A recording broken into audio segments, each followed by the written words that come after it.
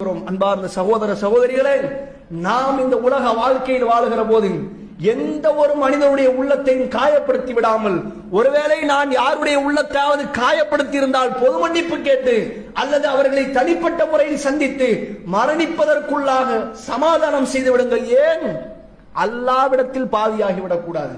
நான் மரணிக்கிற போது என்னுடைய மரணத்தை கண்டு அவர் சந்தோஷப்பட்டு விடக்கூடாது. நீங்கள் எத்தனை பெரிய கௌரவக்காரராக இருந்தாலும் கூட இந்த விஷயத்தில் இறங்கி விடுங்கள். பரவாயில்ல, இருக்கட்டும், நீங்க போய் பேசுறதுல குறைஞ்சு போயிட மாட்டீங்க. அல்லாஹ்வுடைய தூதர் சொன்னார்கள், உங்களில் யார் 3 நாட்களுக்கு மேல் பேசாமல் இருக்க சகோதரத்தில் முதலில் சலாத்தை சொல்கிறாரோ அவர்தான் உங்களில் சிறந்தவர். போய் சொல்லுங்க சலாத்தை, ஆரம்பிங்க மறுபடியும் பேச்சுவார்த்தையை. மரணிக்கிற போது அவர் உங்களுக்காக கண் கலங்கி அல்லாஹ்விடத்தில் பிரார்த்திப்பார், சொர்க்கத்தை கேட்பார், பாவ மன்னிப்பை கேட்பார், உங்களுடைய கபருடைய மன்னரை வாழ்க்கைக்கு விசாலத்தை கேட்பார்.